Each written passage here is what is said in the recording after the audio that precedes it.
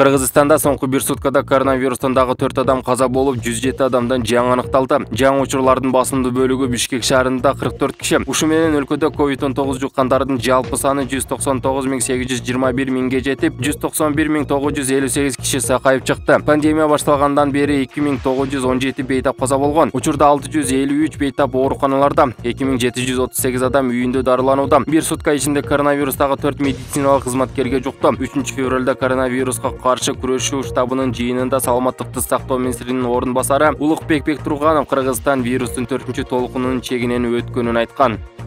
Жогорку кеңеш 9-февралда Кыргызстанда автоунаанын каптал айнектерин караңгылатууга уруксаат берүү тууралуу мыйзам долбоорун биринчи окууда кабыл алды. Документке 77 депутат макул, 6 депутат каршы добуш берди. Мыйзам долбоору министрлер кабинети сунуштап жатат. Ал кабыл алынса, автоунаанын каптал айнектерин караңгылатуунун акысы 1 жылга 30-50 миң сом болушу ыктымал. Экономика жана коммерция министрлиги жыл сайын аз дегенде 20 миң айдоочу машинесинин терезесин караңгылатат деп болжоп жатат. Ички иштер министрлиги азыр терезесин караңгылатып алгандарга 5500 сом айыппул салынарын, акыркы 6 жылда мындай мыйзам бузуу менен 22 миңдей айдоочу кармалганын билдирди. Долбоор боюнча такси, эл ташуучу жана жүк ташуучу автоунааларга каптал айнектерин караңгылатууга уруксаат берилбейт. Кыргызстанда учурда автоунаалардын алдыңкы жана каптал айнектери караңгылатууга тыюу салынган.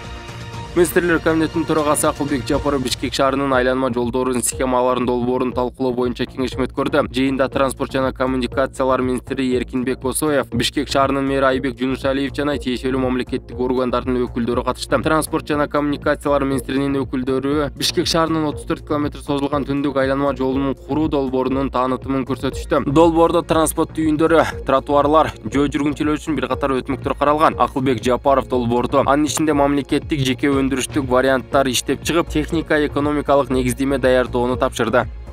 9-февралда Казакстандын жаңы өзгөн шаарында Бургылау мунай сервис компаниясынын жумушчулары иш таштады. Алар компания жетекчилерине ашыкча саат иштегендиги үчүн акы төлөө, иш шарттарын жакшыртуу жана башка бир катар талаптарды коюшту. Айрым маалыматтарга караганда акцияга 400-500 киши чогулду. Компанияда 2000 киши эмгектенет. Жумушчулар шаршембиде алар менен директор юристтердин коштоосунда жолукканын, иш таштоону токтотууга көндүрүүгө аракеттенгенин айтып беришти. Жумушчулар аларды коркутуу аракети болгон деп эсептешет. Алар жеткен жабдуулар менен иштешкенин айтышты. Компания өкүлдөрү иш таштоо тууралуу маалыматка комментарий бере элек. Буга чейин Казатомпром ишканасынын миңдей кызматкери бир нече күн маянаны көтөрүүнү талап кылышкан.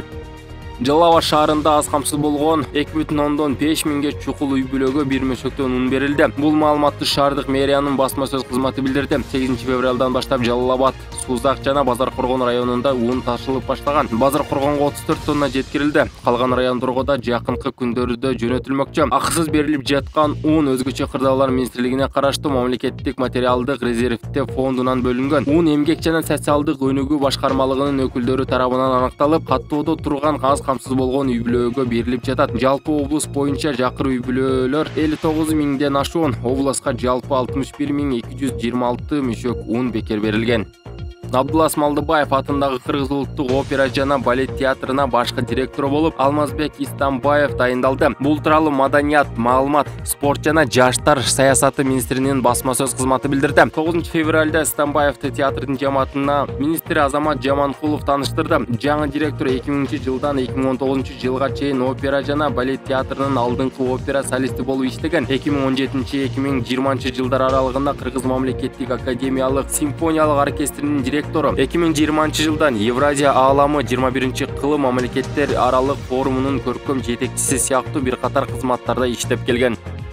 Бейжин Олимпиадасында көркөм музтеби боюнча командалык жарышта байгели орун алган спортчуларга медаль тапшыруу аземинин мөөнөтү дагы жылып калды. Маалыматтарга караганда чемпион болгон орусиялыктардын алынган кызынта тестинин жыйынтыгы күмөн жаратууда. Ал анализ оюндар баштала электе алынган, бирок атлеттин аты жөнү айтылган жок. Салтанаттын жылып калганын эл аралык Олимпиада комитети да тастыктады. Орусиянын көркөм музтеби федерациясы комментарий берүүдөн баш тарткан. Кызытма жаңжалынан улам санкцияга кабылган Орусиянын командасы Олимпиада комитетинин желеги алдында жарыштарга чыгып жүрөт. 7-февралда орусиялыктар алтын жеңген. Медальдар 8-февралда тапшырылмак, бирок азыркыга чейин азем өтө элек. Бейжиңде өтүп жаткан кышкы Олимпиада оюндарына Германия курама командасы алтын медаль алгандардын тизмесинде биринчи орунга чыкты. Германия курамасы оюндар башталгандан бери 5 алтын, 3 күмүш медаль алды. Ал эми экинчи орунда 4 алтын, 2 күмүш, 4 коло медаль менен Норвегия, үчүнчү орунда 4 алтын, 1 күмүш, 2 коло медаль менен Швеция мамлекеттик келатат. Медалдардын жалпы саны боюнча биринчи орунду Орусия ээледи. Бул өлкөнүн спортчулары 2 алтын, 3 күмүш, 6 коло, 11 медаль алышты. Экинчи орунду 4 алтын, 2 күмүш, 4 коло, 10 медаль алган Норвегия, 2 алтын, 4 күмүш, 4 коло, 10 медаль алган Австралия багындырды. Олимпиада өткөрүп жаткан Кытай мамлекети учурда алтындардын саны боюнча 5-орунда, медалдар топтому боюнча 11-орунда турат. Учурда 24 өлкөнүн спортчулары олимпиадалык медалдарды багындыра алышты.